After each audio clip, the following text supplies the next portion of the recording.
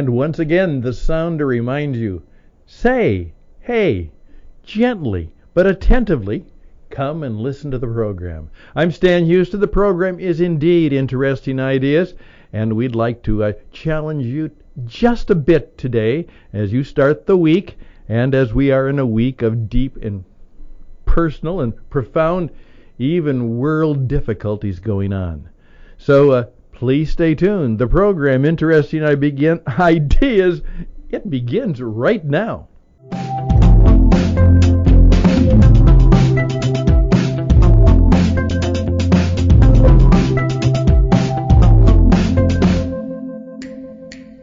And again, a lighter touch, even though this is going to be a serious program, we are delightfully wanting to hear from you. We are collecting these sounders. And by the way, one of the programs we're going to do this week will be on the importance of the sounder and the importance of you getting your sound signature, a kind of audio branding that might be a part for you and your business. In fact, if you are one of those persons who is talented in that respect, and perhaps you would like to design an electronic or maybe a real instrumental sounder for us that we could use from time to time and submit it to us, we'd be glad to give you that shout out and that recognition. So if you want to design a sounder, please do just that. The question today is a bit challenging, and I just heard about it recently, and it seemingly came appropriately in the midst of the challenges we are going through. And the question that was asked was this: when did you first realize that your life had passed you by? Can I say that again? When did you first realize that perhaps life had passed you by? Well, not only was that a bit of a shocking question, but the story relates a woman who answered it directly. And she immediately proclaimed that at the age of 58, when she realized what had happened and what she had done and what had been done to her, that indeed, here she was, at the age of 58, and her life had passed her by. Well, I think those of us who would like to say our life mattered, that we did mostly the right things, that we had achieved and maybe even accomplished many of the good things and made a difference in the world, that's a challenging question. What does it mean to say your life has passed you by? Here you are.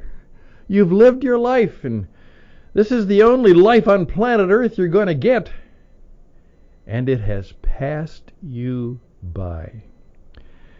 Well, can I just reflect a few thoughts on that in this short but I hope important program? It was interesting to note that just today that there was a picture in the news about a Ukrainian couple that had not gotten married, but they had lived together casually for 20 years as partners. And now they were both in the military. And all of a sudden they decided that perhaps they ought to do something serious. And so it was a deeply moving picture of her and him in their camouflage outfits, carrying their weapons, going forward. And there was the priest in camouflage, but wearing a vested hood, and he married them. And they said, well, we really didn't take all this very seriously, but now we realized this is serious. And they thought, this is important. We need to do one of those old-fashioned things. We need to get married and have people there, and we solemnly affirm our vows to one another, and we even do so perhaps even to the God of the universe. That's important before we get into this challenging life and work. Here's the lesson, I think, that some of us are beginning to get. Most of us go into life and we just kind of deal with the day. We're going to be doing a video program in which we're going to take the very famous, you've heard the book, Dale Carnegie, How to Win Friends and Influence People, which is, by the way, well over 80 years old and still a bestseller. And we're going to try and update it into some modern perspectives and perhaps even add a bit of a spiritual twist to it. And we're going to do this by writing the book with you helping me. We're going to do it because we're going to perform the book on a video program and then take the video program and use the modern technology to help us write a book on, as we would say, how to make good friends and make a difference in your world. How to make good friends and make a difference in your world. So that you won't ever have to shudder at the question that says, hey, when did you first realize that your life has passed you by? Have you been thinking about that? Well, let's just take a brief time out for the program, and we'll get back to you.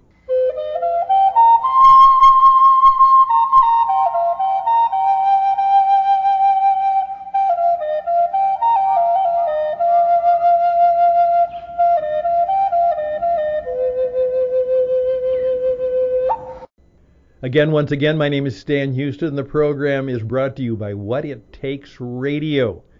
And we have a variety of divisions that will help you become, hey, you may not have your life pass you by because what you did is you got involved in sharing your wisdom, your insight, and your truth, maybe even some of God's wisdom that has come to you, and you are sharing it with others.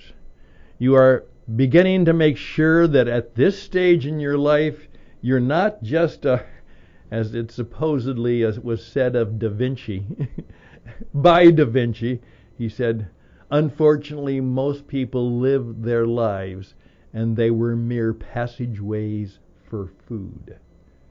They were mere passageways for food. We all have a deep desire to make a difference. We have a deep God-made desire to be creative. That's vital. That's important. And what has happened in this COVID crisis is that in our fear and in our anxiety and in our desire to do something about this, we forgot that we are made for bigger things and more important things than just not getting sick. We've realized that. So may I encourage you, first of all, to do what I have said for many of you should do right now. That this is the Lenten season, and whether you celebrate it or not, this will be good for you. Take this time. Perhaps you want to just simply call it the springtime, the regeneration time, the rebirth time. It truly is what those of us who follow truly believe is the passion and resurrection time. It's when death was finally defeated and life had the possibility of being meaningful and powerful and purposeful and fruitful and productive, and that we were part of a bigger story than just our own. That we made a difference in our world, but perhaps even in the world, and certainly in the other worlds of other people. That's what we want to do. So I'm going to say to you, at this time, what do you think you should still do to say, this is what life is and what makes it successful? What would lead you to say, in effect, as St. Francis of Assisi is reported to have said, I did what I was supposed to do. I did what I was supposed to do. You did it. And your life did not pass you by. Okay, there we are. That's our thoughts for today. But I wanted you to be confronted with it, as I just recently confronted some of the men of my age, and a number of them are kind of they're a bit adrift. They've made a good career. They've made good money. In fact, that's part of the problem for them, is they don't have to work to achieve anything anymore. They supposedly have enough of whatever they think they need. But you know what is happening to them is, in some respects, they're suffering from the anxiety of knowing that, you know what, maybe life is passing me by. Maybe there is something that I'm still supposed to do. There's an encore I'm still supposed to perform. And I'm just kind of sitting here waiting for time to pass. And in the meantime, my life is passing before me. I think I can help you. If you want to reach out to me, we can talk about how we can help make sure that your life does not pass you by. And if you believe it has, and there's a good chance it has in many respects, what can you now do about it? Perhaps, as we say, to save the song that's within you. That wonderful line, which is such a challenging line, most men and women die with their music still in them. The book not written, the deed not done, the risk not taken, the regrets about some of the things of the past that because you were afraid, because you were distracted, because you let good things pass by. I'm Stan Houston. The program is Interesting Ideas, and I've got one more positive thought, though, for you.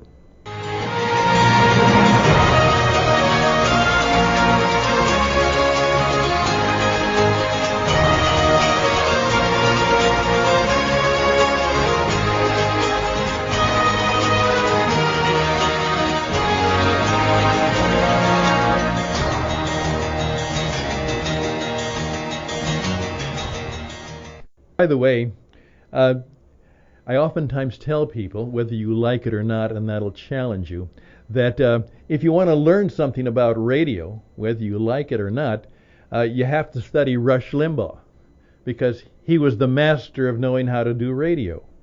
And part of the problem was that it was not a problem to him. He understood it, was that a lot of people didn't like it. Didn't like him, didn't like his ideas. Whether they fully understood him or not, that was part of the problem. Now here's my problem. In effect, I want to make sure that even though we may challenge you, I want to have fun. I am teaching everybody who wants to be on the radio to be a bit of a playful performer.